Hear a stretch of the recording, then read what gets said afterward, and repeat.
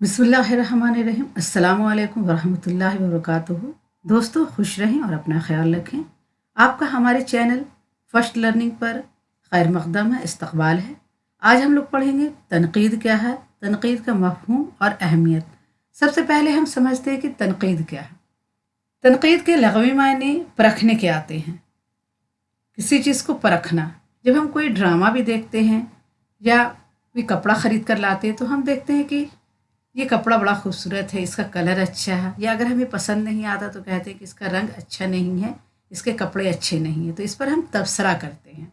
या कोई हम ड्रामा देखते हैं तो हम कहते हैं, बात करते हैं, आपस में गुफ्तगू करते हैं कि ये ड्रामा तो बड़ा अच्छा था, लेकिन यहाँ पर ये चीज़ ऐसे नहीं दिखाना चाहिए, इसका किरदार अच्छा नहीं था। तो ये हुआ तनकीद। तो उसी तरह हम किसी फ़न पारे को पढ़ते हैं तो उस पर भी हम तबसरा करते हैं कि ये चीज़ जो फ़न पारे में था ये अच्छा नहीं था, ये ख़राब था, या ये सीन बहुत अच्छा था, या किसी की जो बात थी वो बहुत अच्छी बात थी, या किसी की जो बात थी वो बहुत बुरी बात थी। इस तरह हम उस पर क्या है, तनकीद करते हैं। तो इसे ही तनकीद कहा जाता है। तो आइए अब हम पढ़ते हैं कि तनकीद क्या है। तनकीद और शेर व अदब का आपस में इतना गहरा रिश्ता है कि एक के बगैर दूसरे का तसव्वुर भी नहीं किया जा सकता। पहले अदब वजूद में आता है, फिर इसे परखने के लिए तनकीद। सबसे पहले अदब वजूद में आता है, अदब को लिखा जाता है, किसी भी अफसाने को, कहानी को, नावल को लिखा जाता है। फिर इसे परखने के लिए तनकीद किया जाता है, उसको पढ़कर देखा जाता है कि इसमें क्या चीज़ अच्छा है, क्या बुरा है, और जो शायर है, जो अदीब है, जो कहना चाह रहा है वो अपनी बात सही से कह पाया है कि नहीं। यूँ समझ लीजिए कि पहले शायर शेर कहता है, अफसाना निगार अफसाना लिखता है, फिर कारी यानी पढ़ने वाला उसे पढ़ता है।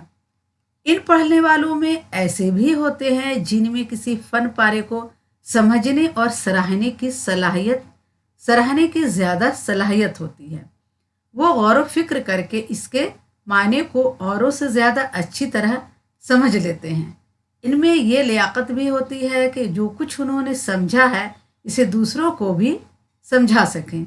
यही तनकीद निगार कहलाते हैं और शेर व अदब के फ़रोग़ में अहम रोल अदा करते हैं। अब तनकीद क्या है, पहले शायर शेर कहता है, अफसाने निगार अपना अफसाना लिखता है। जो पढ़ने वाला कारी होता है उसे पढ़ता है और पढ़कर बताता है कि ये कैसा है, इसमें जो बातें हैं वो अच्छी हैं कि नहीं, और उसे पढ़कर अच्छा लगा कि नहीं लगा। तो ये सब बात है क्या, किसी किसी जो कारी होते कोई, उसे समझने की ज़्यादा सलाहियत होती है, वो उस पर गौर व फिक्र करता है, उसके मानों को समझाता है और दूसरों को उसको अच्छी तरह से समझाता है कि इसमें क्या लिखा गया है, किस हवाले से लिखा गया है। यही तनकीद निगार कहलाते हैं और शेर व अदब के फ़रोग़ में अहम रोल अदा करते हैं। आइए सबसे पहले ये समझ लें कि तनकीद है क्या। तनकीद की तारीफ मुख्तसर लफ्ज़ों में यूँ की जा सकती है कि अच्छे और बुरे में फ़र्क करने का नाम तनकीद है। सबसे आसान बात है क्या है, अच्छे और बुरे में फ़र्क करने का नाम तनकीद है। अब तनकीद से ये नहीं समझना लेना चाहिए कि हम किसी फ़न पारे की बुराई कर रहे हैं। तनकीद का मतलब ये होता है कि इसमें क्या क्या खूबी है और क्या खामी है, दोनों पहलू से इसको परखा जाता है। हर इंसान में ये सलाहियत होती ज़रूर है, खा कम हो या ज़्यादा। ये तनकीदी सलाहियत ही तो थी जिसने इंसान को तरक्की का रास्ता दिखाया और वह लंबा सफ़र तय करके इस मंजिल तक पहुंच गया जिस पर वो आज नज़र आता है। इसी सलाहियत के सहारे इसने बंजर इलाक़ों को नज़रअंदाज करके ज़रख़ेज़ इलाक़ों को अपनी रिहाइश के लिए चुना, क्योंकि इंसान के अंदर इतनी खूबी है कि वो चाहता है कि वो कहाँ पर अच्छी जगह है, कहाँ पर वो रह सकता है, कहाँ पर अच्छी जगह नहीं है, जहाँ पर उसे नहीं रहना चाहिए। तो ये क्या है, ये उसके अंदर भी क्या है, तनकीद की सलाहियत है। महफूज मकामात को गैर महफूज मकामात पर तरजीह दी, पत्थर के हथियारों से धात के हथियारों को बेहतर पाया। हद ये है कि बच्चे में भी अच्छे और बुरे में फ़र्क करने की समझ होती है। अच्छे खिलौने को उठा लेता है और जो खिलौना अच्छा नहीं लगता उसे छोड़ देता है। खुद हमें ज़िंदगी में कदम कदम पर अपने तनकीदी शऊर को इस्तेमाल करने की ज़रूरत पेश आती है। बाज़ार में मामूली सी ख़रीदारी करनी हो तो इस समझबूझ की मदद लेनी पड़ती है जिसका नाम तनकीदी शऊर है। जब भी हम बाज़ार में छोटी मोटी भी चीज़ ख़रीदने जाते हैं तो उसको हम 10 बार देखते हैं कि ये हर तरह से अच्छा है कि नहीं, ये हमारे काम आएगा कि नहीं, ये कहीं तरह से हम उसको जांच परख कर कोई भी सामान लेते हैं। जिस तरह ज़िंदगी के हर शोबे में तनकीद की ज़रूरत पेश आती है, उसी तरह बल्कि उससे भी ज़्यादा अदब के लिए तनकीद ज़रूरी है। अदीब जब अदब तख्लीक करता है तो लामहला इसकी मदद लेता है। मसलन आप अफसाना निगार हैं तो कलम उठाने से पहले सोचेंगे कि किस मौजू पर लिखें, किस पर ना लिखें। जो अफसाना लिख रहे हैं इसका प्लॉट किस तरह बनाएं, किस किस्म के किरदार यहाँ मौजू रहेंगे, ज़बान कैसी होनी चाहिए, ये सारे फैसले तनकीदी शऊर के बगैर नहीं किए जा सकते। फन पारे की तैयारी के दौरान भी फनकार की तनकीद सूझबूझ बराबर काम करती रहती है। जब भी कोई शायर अदीब कुछ लिखता है तो वो हमेशा गौर फिक्र करता रहता है कि हमें क्या लिखना चाहिए, क्या नहीं लिखना चाहिए। वो अपने तनकीदी सूझबूझ से काम करता है।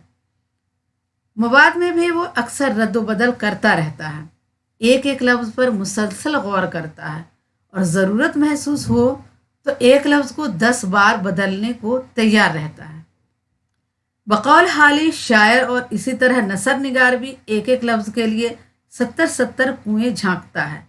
हाली ने यूनानी शायर वरजल के बारे में लिखा है कि सुबह को शेर कह लेने के बाद दिन भर इनकी नोक पलक संवारता रहता था और कहा करता था कि जिस तरह रिछनी अपने बच्चों को चाट चाट कर खूबसूरत बनाती है, उसी तरह शायर बार बार अपने शेरों की तराश खराश करता है। एक अरबी शायर अपने कसीदे को साल भर की कमाई कहता था, क्योंकि वो साल भर इसे संवारता था। विलियम ब्लैक ने अपनी नज़मों, शेक्सपियर ने अपने ड्रामों और अर्नेस्ट हेमिंगवे ने अपने नावल बूढ़ा और समुंदर में बार बार रद्द-बदल किया।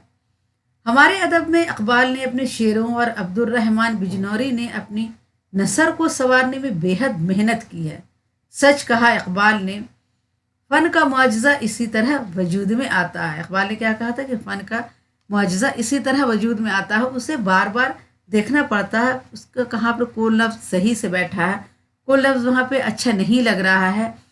तो शायर क्या है, अपने जो शेर को है वो उसकी नोक पलक दिन भर दुरुस्त करता है, तब उसे कई बार उसके अल्फाज बदलता है, तब उसे लगता है कि ये शेर सही में अच्छा है। ये तो था तनकीद का वो अमल जो फ़नकार से सरोकार रखता है। फन पारा तैयार हो जाता है तो वो कारी तक पहुंचता है, कारी से पढ़ता है, अपनी इस्तेदाद के मुताबिक इसे समझने की कोशिश करता है। यानी जिसके अंदर जितनी सलाहियत है वो उसे उसी तरह समझने की कोशिश करता है, इसकी खूबियों और खामियों पर गौर करता है और इस फ़न पारे की कदर कीमत मुतय्यन करने की कोशिश करता है। मतलब ये कि इस फ़न पारे का अदब में क्या दर्जा है, ये जानने की कोशिश करता है।